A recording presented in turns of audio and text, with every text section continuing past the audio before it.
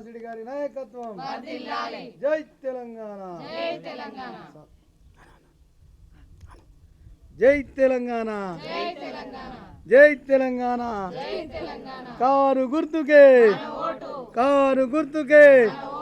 మూర్తి సంధ్యా శ్రీనివాసరెడ్డి గారి నాయకత్వం మూర్తి సంధ్యా శ్రీనివాసరెడ్డి గారి నాయకత్వం జై తెలంగాణ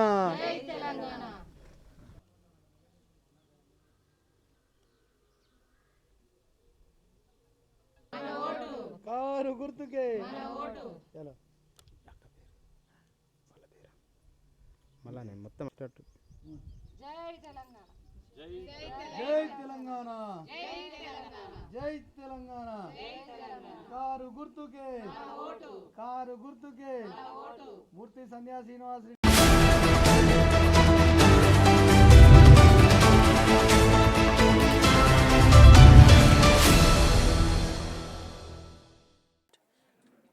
రాష్ట్ర వ్యాప్తంగా జరుగుతున్న మున్సిపల్ ఎన్నికల్లో ఈరోజు మనం దుబ్బాకలోని 6వ వార్డులో ఉన్నాం.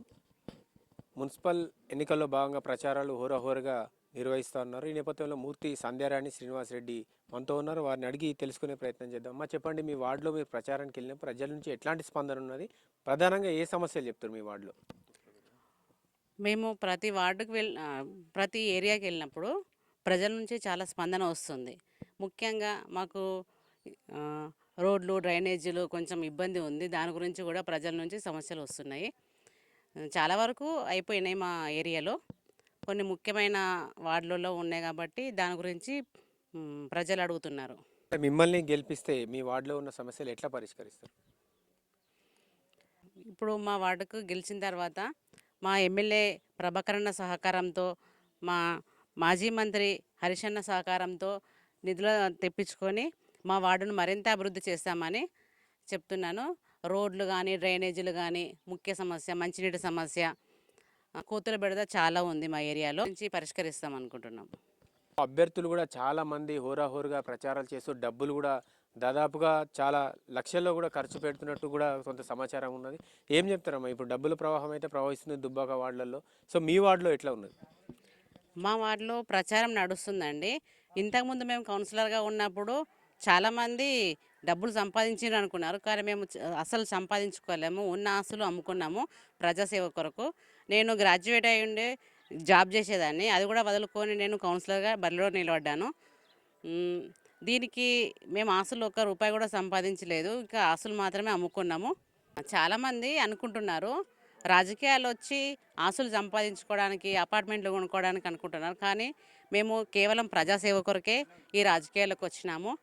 ఈ రాజకీయాలు మా సార్కు కొత్తగా ఏం కాదు, గత 30 సంవత్సరాల నుంచి రాజకీయంలోనే ఉంటున్నాడు.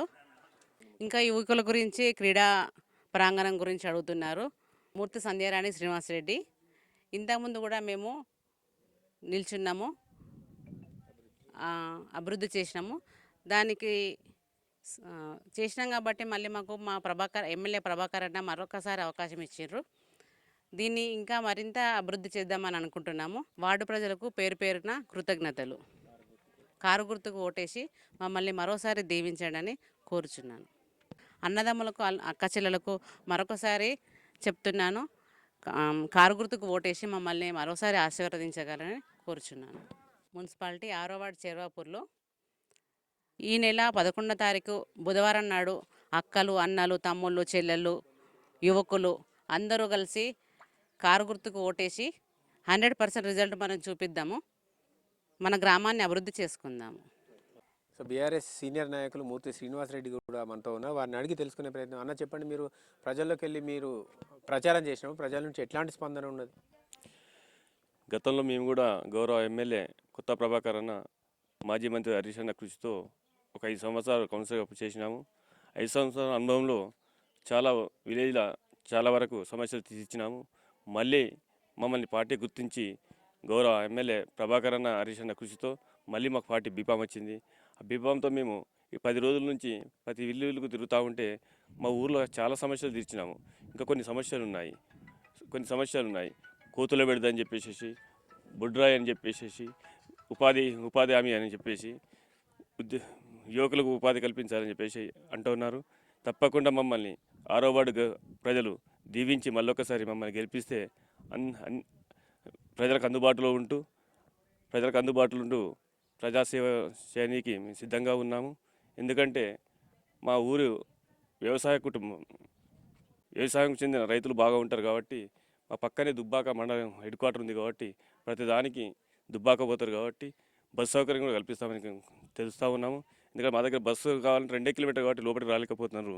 కంపల్సరీ గౌరవ హరీష్ అన్న కృషితో, ఎమ్మెల్యే గారి కృషితో త్వరలో మేము గెలవగానే బస్సు సౌకర్యం కల్పిస్తాము. మరియు మా ఊర్లో బొడ్రాయి లేదు. ఆ బొడ్రాయి మా సొంత నిధులతో ప్రతిష్ఠించడానికి మేము పూనుకున్నాము. కావున దయచేసి మా వార్డు ప్రజలు మరొకసారి మాకు కారు గుర్తుకు ఓటేసి మమ్మల్ని దీవించవలసిందిగా కోరుతున్నాము. అన్న ఇప్పుడు వేరే పార్టీలు కూడా చాలా వస్తున్నాయి, హోరీ ప్రచారాలు చేస్తున్నారు, మేమంటే మేము గెలుస్తామని చెప్తున్నారు. సో వారికి ఏం చెప్తారన్న?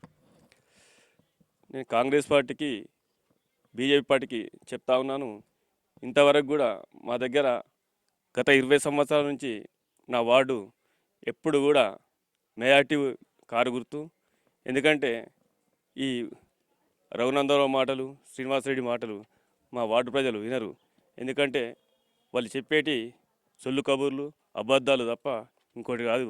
కావున దయచేసి మంచి మనసున్న వ్యక్తి ప్రభాకర్ అన్న మాటలు నమ్మి మా వార్డు ప్రజలు మాకు ఓటేస్తారని నమ్ముతున్నాము. సో ఓవరాల్గా మిమ్మల్ని గెలిపించాలని మీ వార్డు ప్రజలకు ఏం చెప్తారు? ఎందుకంటే గత 5 సంవత్సరాల నుంచి చూసారు.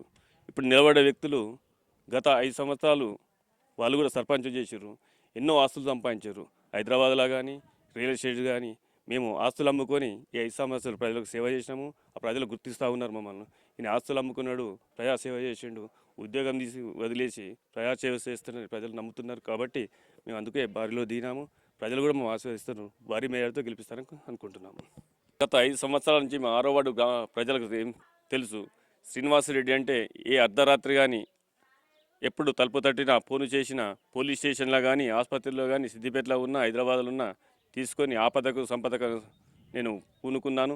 ఇది కూడా మా వార్డు ప్రజలకు తెలుసు. కాబట్టి ప్రతి వ్యక్తికి నేను అందుబాటులో ఉంటూ, ప్రతి ఫోను లిఫ్ట్ చేయకుండా అందరికీ అందుబాటులో ఉంటూ ఆపదకు సంపదకు నేను ఉన్నా. కాబట్టి నాకు ఈ అవకాశం ఇవ్వాలని చెప్పేసి నేను వార్డు ప్రజలను కోరుతా ఉన్నాను.